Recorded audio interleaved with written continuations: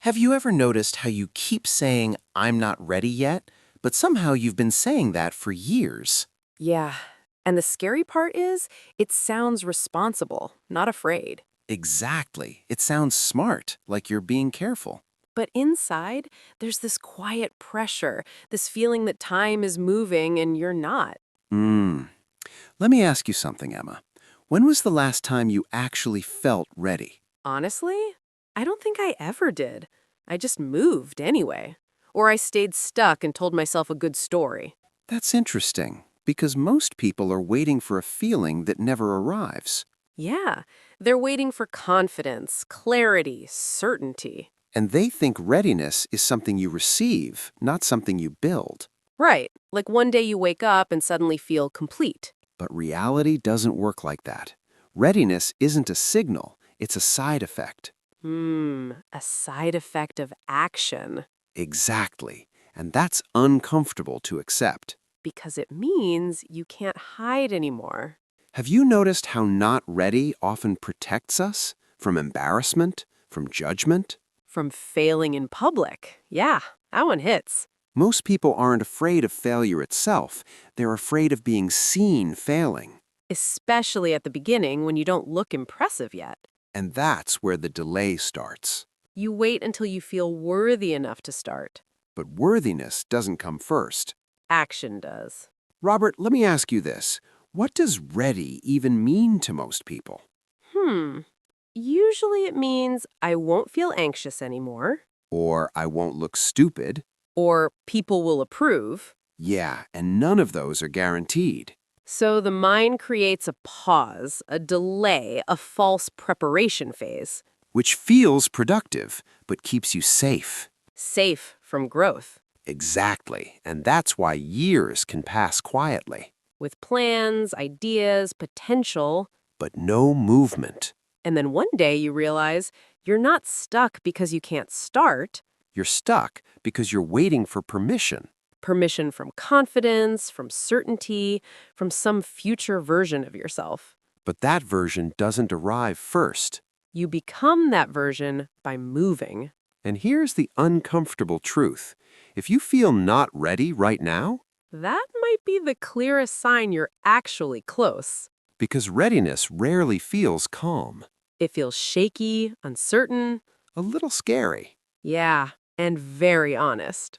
So if you're listening and thinking, this feels like it's about me, It probably is. and we're just getting started, Yeah, because the real question isn't why you don't feel ready. it's what staying unready is costing you.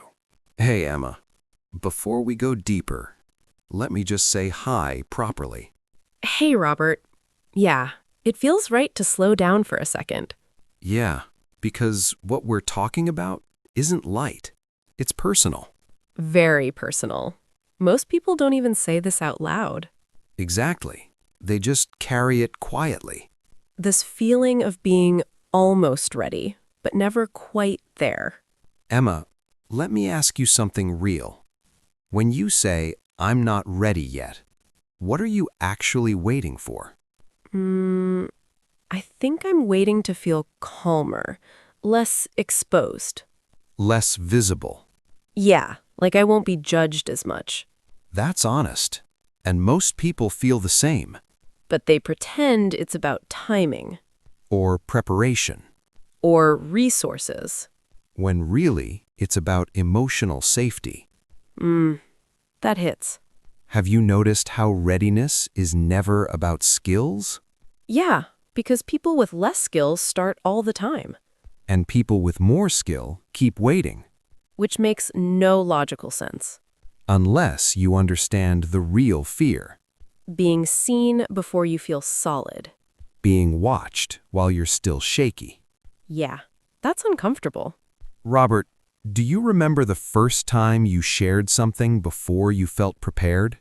Oh yeah, I remember my voice shaking. Same here. And what surprised me was nothing terrible happened.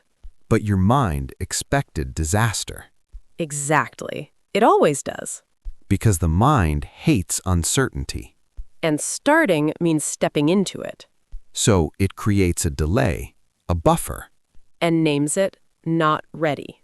Which sounds responsible. Almost mature. Yeah, but it slowly disconnects you from momentum. And momentum is fragile. Very. Once you lose it, Starting feels even heavier. have you noticed how the longer you wait, the bigger the start feels? Yeah, it becomes this huge event in your head.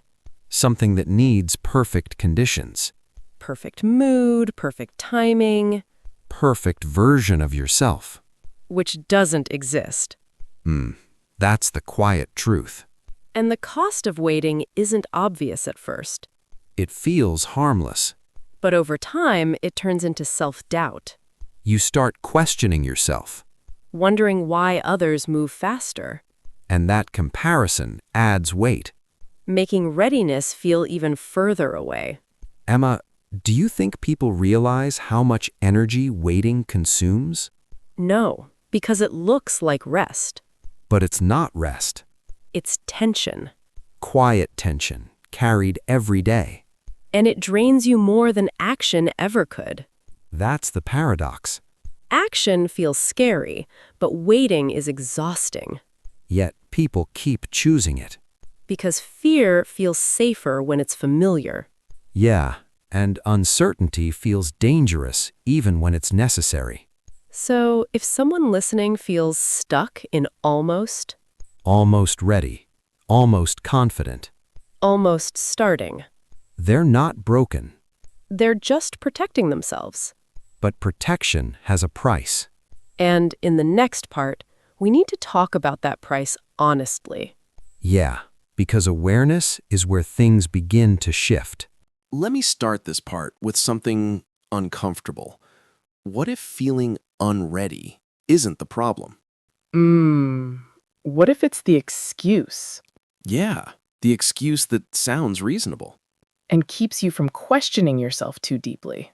Emma, have you ever noticed how not ready ends conversations? Yeah, it shuts everything down No one argues with it, because it sounds final, but inside, nothing is resolved. only postponed. And postponement slowly becomes identity. That's heavy. It is, because awareness begins when you realize this isn't about timing. It's about self-trust. Exactly. Or the lack of it. Most people don't trust themselves to handle discomfort. So they wait for a version of themselves that feels stronger. Calmer, more confident. But confidence isn't what creates action. Action creates confidence. And awareness starts when that finally clicks. That moment when you stop asking, how do I feel? And start asking, what do I do next? That shift is subtle. But powerful. Robert, why do you think awareness feels uncomfortable at first?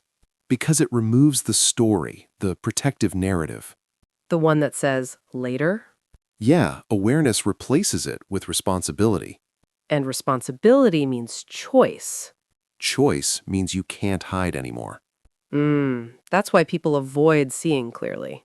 Clarity demands movement. Even small movement. And once you see the pattern, you can't unsee it. You start noticing how often you delay. How often you say, soon. How often you wait for motivation. And that awareness can feel heavy. Almost confronting. But it's also freeing. Because now the problem is clear. You're not missing something, you're avoiding something. And avoidance doesn't mean weakness. It means fear with good intentions. Fear trying to keep you safe. From judgment, from rejection. From disappointing yourself. Yeah, that one hurts quietly. Awareness is realizing you've been negotiating with fear. Instead of leading it. And fear respects leadership. Not comfort. Have you noticed how fear gets louder when you wait? Yeah, it grows in silence. But it weakens with movement. Even imperfect movement. That's something people rarely hear. They think they need certainty first. But certainty comes last. After repetition. After showing up unready. After surviving the discomfort. And realizing you didn't break. Then That realization changes everything. Because now your question shifts From, am I ready? to can I handle being uncomfortable? And the answer is usually yes. You've handled worse before. You just forgot Awareness reconnects you with that truth. that you're more capable than you feel. And feelings aren't instructions. They're information. Once you see that, you stop waiting for permission. And start acting with honesty. Not confidence, but courage. Yeah, quiet courage. The kind that doesn't announce itself. And in the next part, we need to talk about what actually changes when you move anyway. Because that's where the real shift happens. Yeah, that's where identity starts catching up. Let's be honest for a moment. Nothing magical happens when you finally start. Yeah, you don't suddenly feel brave. You don't feel ready either. If anything, you feel exposed. Exactly. That's the shift most people don't expect. They think action removes fear. But it doesn't. It just changes your relationship with it. You stop asking fear for permission. You move while it's still there. Emma, do you remember the first time you did something without waiting to feel ready? Yeah, my hands were shaking. I remember that clearly. Same here. And I kept thinking everyone could see it. And then, nothing dramatic happened. That's the strange part. The world didn't collapse, People didn't react the way my mind predicted. which makes you realize something important. Fear exaggerates. It always does. And once you see that once, It weakens, not disappears. but loses authority. Yeah, it stops being the decision maker. That's the internal shift. From avoidance to agency. You realize movement is possible even without confidence, And that's freeing. because now you're not waiting on a feeling anymore. You're acting from choice. Choice feels heavier at first, But it's honest. and honesty builds trust. Trust in yourself. Robert, why do you think identity starts changing only after action? Because identity is built on evidence, Evidence of behavior. not intention, Exactly. Your mind watches what you do, and updates its story about you. so every small action becomes proof. Proof that you don't collapse under discomfort, Proof that you can continue. even while uncertain. That's when I'm not ready slowly loses meaning, Not because you feel ready. but because readiness stops mattering. That's powerful. You stop negotiating with yourself every day. And that saves so much energy. Energy that used to go into thinking, Overthinking. imagining worst-case scenarios. Yeah, that mental noise fades. Not instantly, But steadily. because action grounds you in reality. Instead of imagined futures. And reality is usually less dramatic, Less scary. but more demanding. In a good way. Have you noticed how once you start, waiting feels harder than continuing? Yeah, stopping becomes uncomfortable. Because now you know you can move. And going back feels dishonest. That's the point of no return. Not success. But self-awareness. Knowing you're capable of acting despite fear. And once you know that, You can't unlearn it. the question changes again From can I start? to will I continue? And that's a different conversation. Yeah, and it leads us to the final part. Where we talk about daily movement, Not motivation, but routine. because that's where everything stabilizes. So let's talk about what actually keeps you moving after the excitement fades. Yeah, because it always fades. Motivation is loud in the beginning. And silent later. That's why relying on it never works. It's unreliable. Routine is quieter. But stronger. Routine doesn't ask how you feel. It asks what time it is. That's a good way to put it. Emma, when you stopped waiting to feel ready, what did you actually change day to day? I simplified everything. No big promises. No dramatic goals. Just one small action, every day, Even when it felt pointless? especially then. Because that's when the old pattern tries to return. Yeah, the voice that says, skip today. Tomorrow will be better. But tomorrow is just another today. That's true. Daily movement builds something important, Credibility with yourself.